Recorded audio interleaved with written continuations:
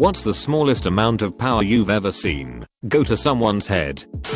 The hoa. Nothing worse than those old Q-tip looking jackasses driving around in their golf carts with a pad and pencil taking notes on every little thing they don't agree with. Stain on your driveway? That's a letter. Tree branch too long? That's a letter. Freaking roof tile not clean enough for them? That's a letter. I swear every time I see those old bastards driving around I want to go tip their freaking cart over and watch them struggle like some upside down turtles. Mind your own business, grandpa.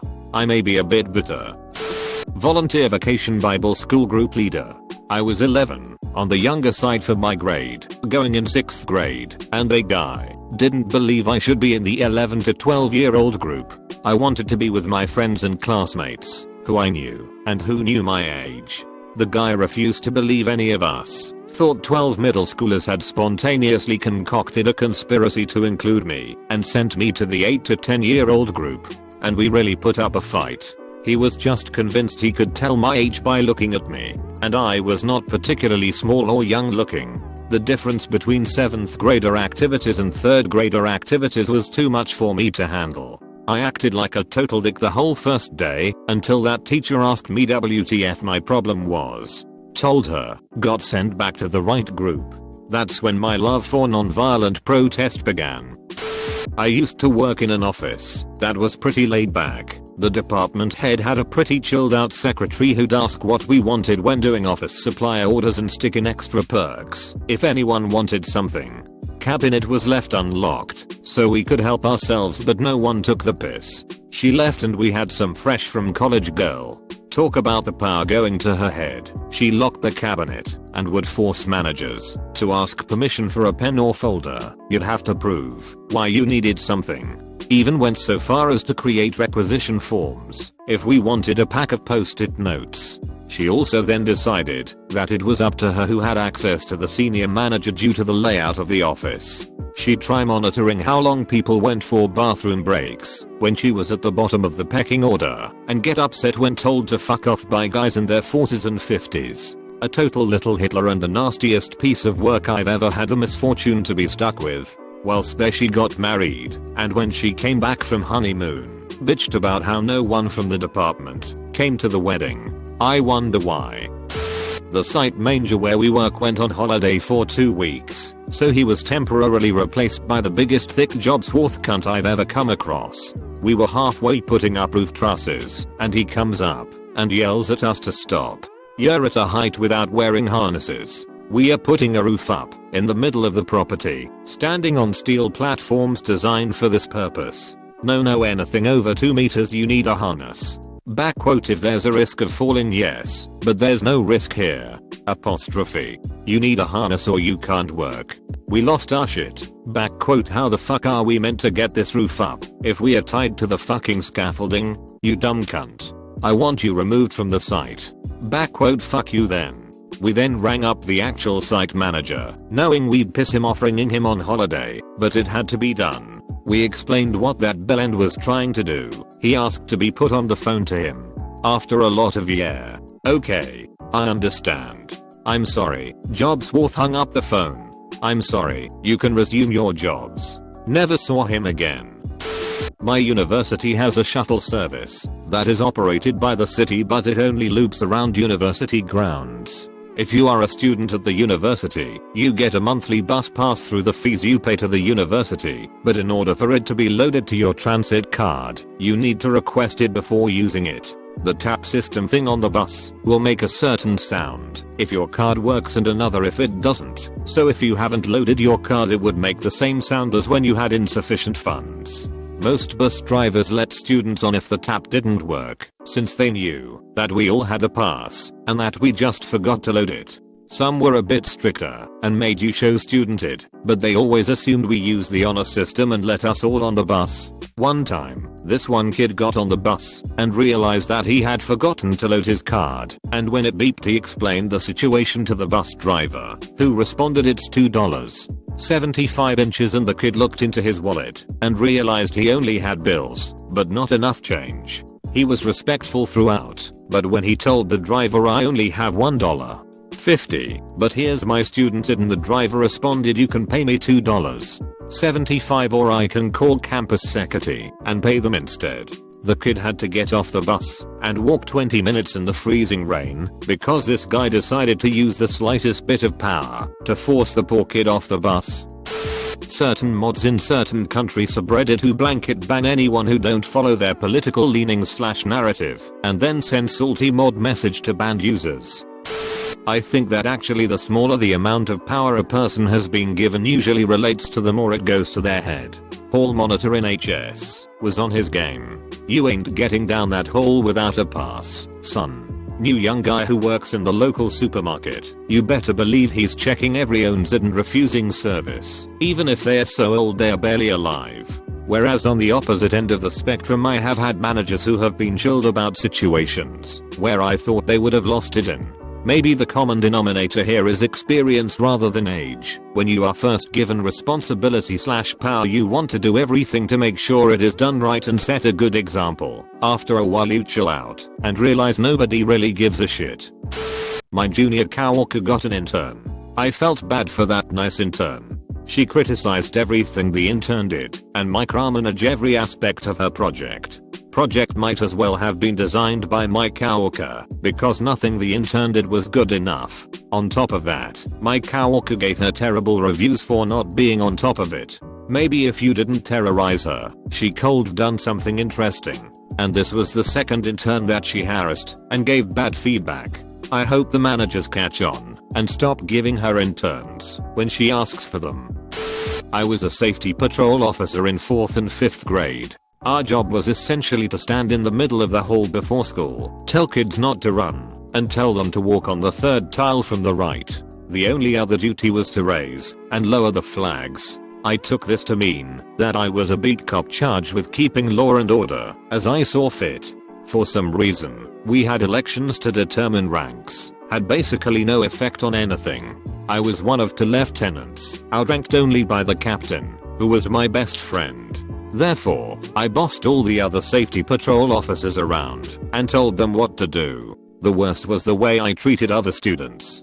Sometimes I would see students running down the hall and would go chasing after them. One time, this kid kept running past me, so I rounded up a bunch of other safety patrol officers, intercepted him in the cafeteria, grabbed him, and dragged him by force back to his classroom. I have no idea how no one stopped us. The teacher yelled at us to let him go when we got to the classroom, but we didn't really get in trouble. Another time, I broke up a candy trafficking ring. As I was standing in the hallway, I kept seeing kids that had candy, which I don't think was actually against the rules, and I set about trying to arrest the source. I cornered a couple of younger kids and threatened them, saying that they would get in trouble unless they told me where they got the candy. After some coercion, I got the name of the kid and found out he was selling / trading candy in the bathroom on the 3rd grade hall. Armed with this information, I rounded up some backup and we busted into the bathroom like the motherfucking SWAT team and I yelled freeze.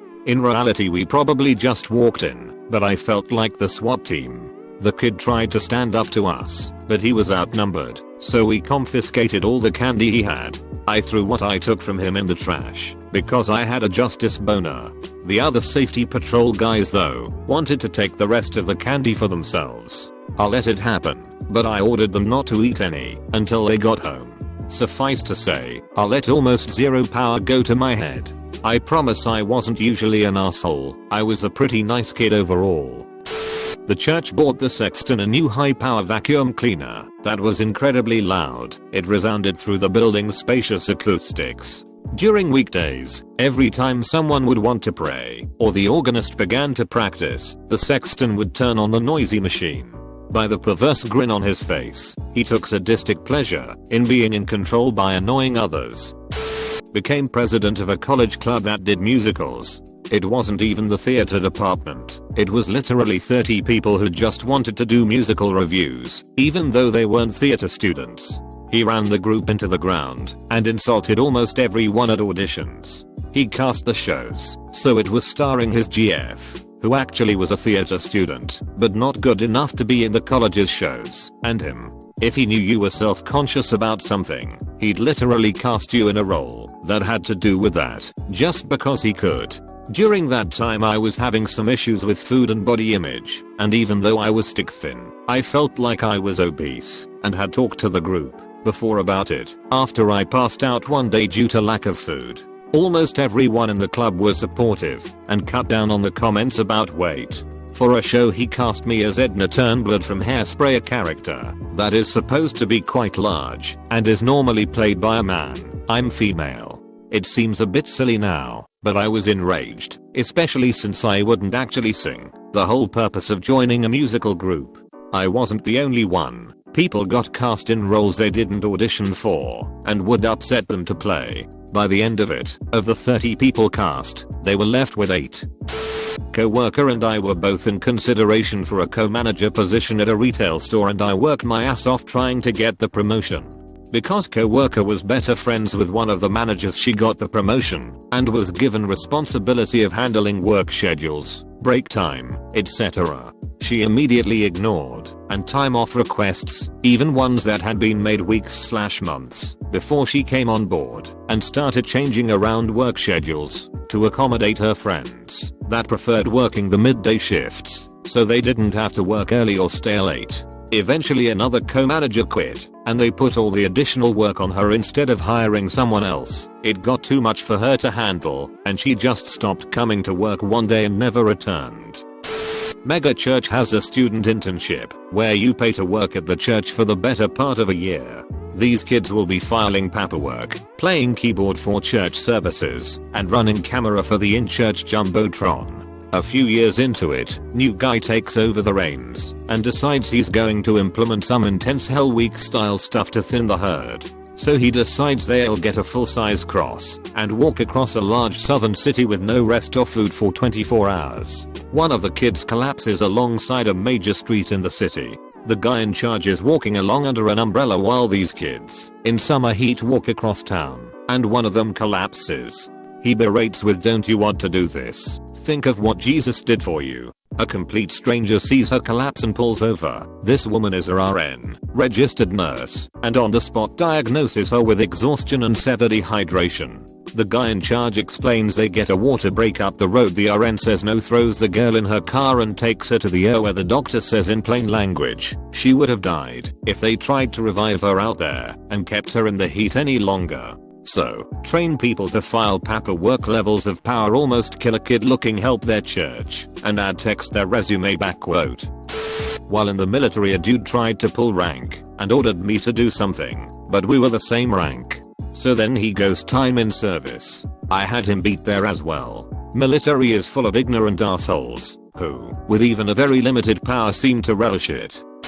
I used to work at an adult grocery store. There was a cashier that was promoted to an office lead, and within 5 minutes started calling people up to his office to chew them out about bullshit non-issues. Then within 30 minutes started telling all the other cashiers that they were all scanning and bagging too slow. Then within an hour, told all the baggers they needed to bag faster and make sure that the number of carts in the store, which they were responsible for taking back in, needed to never drop down under a ridiculous amount. On his first day, the store manager saw him causing strife and pissing off every single employee he talked with, and took his promotion away and told him to get back on a register. Everyone gave him shit about it for the entire rest of the time I was there, which was at least a year.